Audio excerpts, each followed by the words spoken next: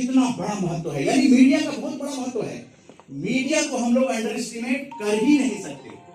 तो Gandhi ji parliament street का जो आकाशवाणी देख रहे हैं आप, वहां पर गांधी जी आए थे 12 नवंबर को। तो ये लोक सेवा प्रसारण दिवस के रूप में मनाया जाता है, यानी 12 नवंबर, बीता हुआ नवंबर। तो हमारे उपेंद्र खुशबू जी आकाशवाणी में ब्रॉडकास्टर थे, अनाउंसर थे। उनकी बड़ी सुरीली आवाज थी, बड़ी मीठी आवाज थी और बड़ी बेस वाली आवाज थी। और कश्मीर से जब आए थे तो सरकार ने उनको, उस समय ऐसी स्थिति थी, सुरक्षा दी गई थी, सरकार ने उनको सुरक्षा दी थी। कुछ जो हालात ठीक हुए तो फिर सुरक्षा हटा दी गई। अरुण खरे जी के बारे में थोड़ा सा शब्द, आरजेएस फैमिली से जुड़े हुए लोगों को हम लोग याद करते हैं, चाहे फेसबुक लाइव में याद कर लें, या कार्यक्रम हो रहा है वहां याद कर लें, या हम लोग वेबिनार में याद कर लें। क्या है कि वो चौथा स्तंभ है, हालांकि वो स्तंभ कहीं दिखता नहीं है, लेकिन फिर भी हमारे पत्रकार भाई बहन जो काम करते हैं वो कोई नहीं कर सकता है। हमें जरूरत पत्रकारों की हर वक्त होती है, लेकिन पत्रकारों के प्रति सकारात्मक दृष्टिकोण आरजेएस ने पैदा करने की कोशिश की है।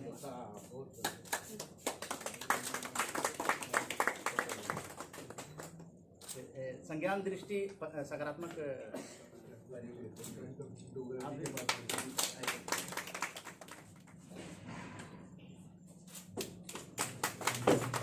बहुत कई कितने लाख मिलियन मारवा जी ने बुलाया है।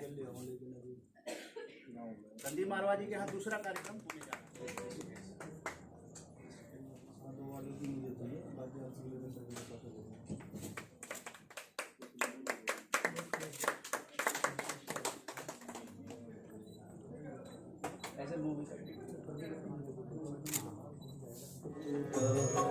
गुणगान करिए राम का, गुणगान करिए। मेरा नाम प्रोफेसर अख्तरुल वासे है।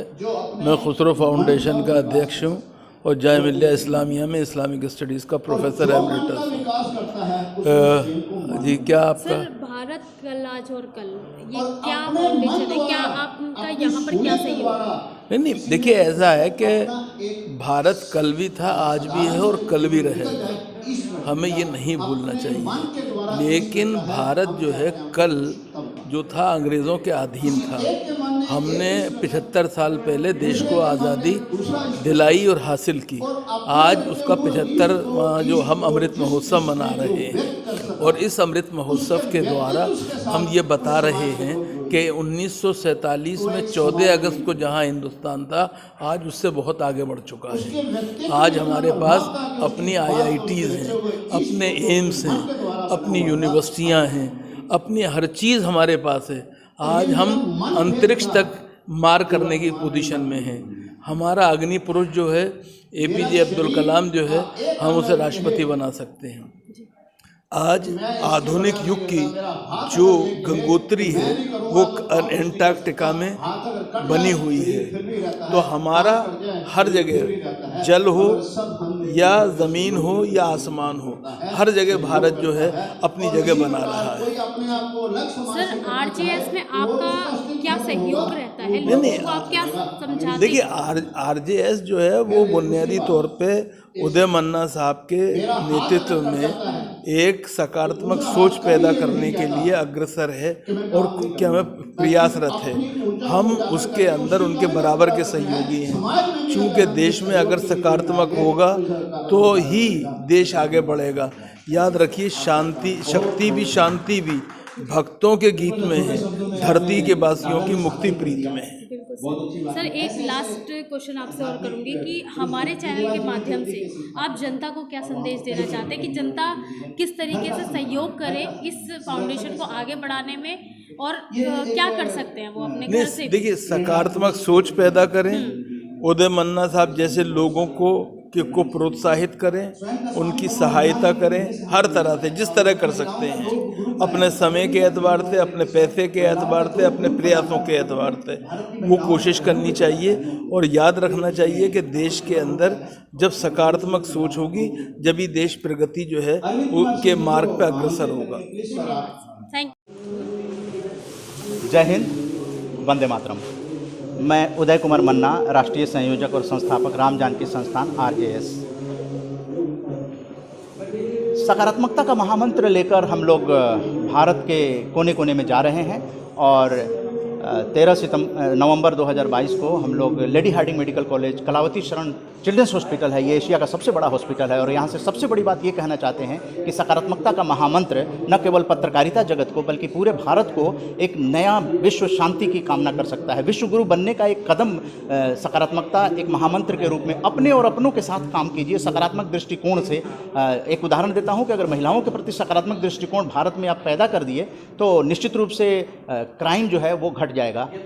इसलिए सकारात्मकता के महामंत्र को लेकर आज़ादी की अमृत गाथा के हम लोग आज 13 नवंबर को 100वां कार्यक्रम कर रहे हैं, शताब्दी महोत्सव मना रहे हैं। हर रविवार आरजेएस वेबिनार होता है, यानी 1.5-2 घंटे देश के लिए समय हम लोग राष्ट्र प्रथम, भारत एक परिवार, विश्व एक घर को दे रहे हैं। और उससे बहुत सारे पत्रकार साथी, संज्ञान दृष्टि और संज्ञान न्यूज़ जो है अपने सहयोग के द्वारा बहुत सारे पत्रकार साथी हैं जो कि अपने पत्रकारिता के माध्यम से अलग अलग राज्यों में सकारात्मकता के अलग वो लोग जगा रहे हैं। हम लोग सिर्फ एक मंच दे रहे हैं और उस मंच के माध्यम से भारत तक पॉजिटिविटी को पहुँचाने का, यानी कि हर आयु वर्ग के लोगों को पॉजिटिव होना जरूरी है। सकारात्मक सोच, और ये सकारात्मक सोच से बच्चे से लेकर बुजुर्ग तक, आप बुजुर्गों को ले लीजिए कि किस तरह से परेशान हो जाते हैं, लेकिन अगर सकारात्मक सोच के साथ तो वो जो उनके अंदर है मेडिटेशन और ये सारी पॉजिटिविटी होती है, योग है, सब चीज़ सकारात्मक है। तो हर विषय में सकारात्मकता है। अखबारों के अंदर भी हर विषय को लेकर काम करने की ज़रूरत है और एक पक्षीय नहीं बल्कि बैलेंस करके उसको देने की ज़रूरत है। भारत में बहुत अच्छा काम हो रहा है, अच्छे अच्छे लोग मंच पे आप देखिएगा कि बहुत अच्छे अच्छे वक्ता जो हैं वो आकर पॉजिटिविटी को समर्थन कर रहे हैं। डॉक्टर कर्ण सिंह हुए, MS बिट्टा जी हुए, आपके बिंदेश्वर पाठक जी हुए, ये सारे लोग सकारात्मकता को समर्थन कर रहे हैं। ये तो विश्व का एक आश्चर्य बनने जा रहा है और सकारात्मक भारत उदय भवन दिल्ली के अंदर निर्माण होने जा रहा है, जगह मिल गई है और उसमें पॉजिटिविटी की सिर्फ बात करेंगे हम लोग, हर विषय में पॉजिटिविटी की। और इसीलिए हर विषय को, विविध विषयों पे पॉजिटिविटी को के विषय पे हर रविवार आरजेएस वेबिनार होता है। देश के लिए 1.5-2 घंटे का समय आरजेएस फैमिली देती है। 25 राज्यों की ये फैमिली है। मैं वर्किंग जर्नलिस्ट ऑफ इंडिया का राष्ट्रीय प्रचार सचिव हूँ। इसके माध्यम से भी हम लोगों ने पत्रकारों के लिए निःशुल्क मीडिया कार्यशाला किया। आरजेएस पॉजिटिव मीडिया के द्वारा भी कई कार्यशालाएँ किए हैं। संदीप मारवा जी, जो कि मारवा स्टूडियो के मालिक हैं, उन्होंने अपने यहाँ आमंत्रित किया है कि पत्रकार साथियों के लिए और आरजेएस फैमिली के लिए आप हमारे यहाँ आइए। हमारे यहाँ हम आपको एक कार्यक्रम उन्होंने कराया है, दूसरे कार्यक्रम के लिए आमंत्रित कर रहे हैं। तो इस तरह से हम लोग को देश भर में जयपुर में आमंत्रण है, गुजरात में आमंत्रण है, बिहार में अभी कई कार्यक्रम करके आए। और 6 अगस्त को जो कार्यक्रम दिल्ली मेडिकल एसोसिएशन के सौजन्य से हुआ दरियागंज नई दिल्ली में, वो जय हिंद जय भारत राष्ट्र स्वतंत्रता दिवस पर, वो पटना में हम लोगों ने 13 सितंबर को किया, वो 100 लोगों के साथ किया। तो सकारात्मकता की ज़रूरत आज हर भारतवासी को है और ये विश्व गुरु बनने का एक सोपान का काम करेगा। और संज्ञान दृष्टि ने इस बात को लगातार आगे बढ़ाया है। इसके लिए प्रांजल श्रीवास्तव एडिटर को भी और आप सभी तमाम पत्रकार साथियों को कि सकारात्मक पत्रकारिता में वो ताकत है कि आपके अपने जो हैं वो बहुत अच्छे तरीके से संपन्नता और सुखी जीवन व्यतीत कर सकते हैं। जय हिंद, जय भारत। धन्यवाद।